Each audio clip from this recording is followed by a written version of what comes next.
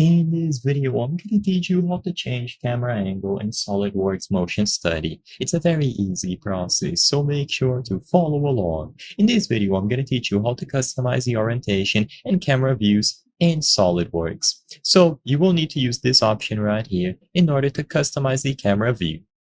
Usually, when you play back any scene that you have made, it is going to default to a specific position for your camera.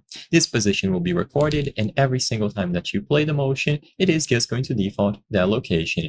However, you are able to freely customize it and set a new location that you would like to watch the motion from. So all that you have to do for this is to right-click this option here, so use the right mouse button here, and when you do, you will see this menu. Now, under orientation, you will be able to choose Disable Playback of View Keys.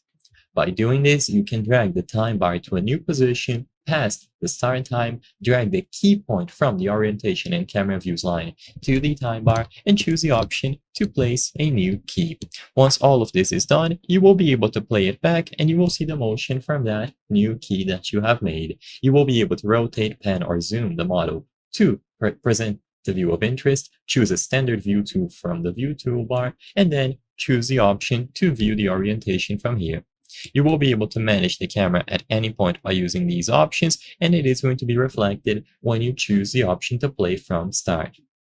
You can enable or disable this option at any time, but usually the primary one that you need to pay attention to is always going to be this one, Disable Playback of View Keys. You can explore this option further and make new view keys, but the most important thing, if you don't like the default positioning of your camera, is going to be to choose this option and then customize it however you prefer, depending on how you want to watch this specific motion take place.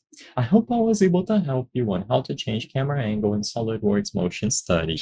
If this video helped you, please be sure to leave a like and subscribe for more very easy tips. Thank you for watching.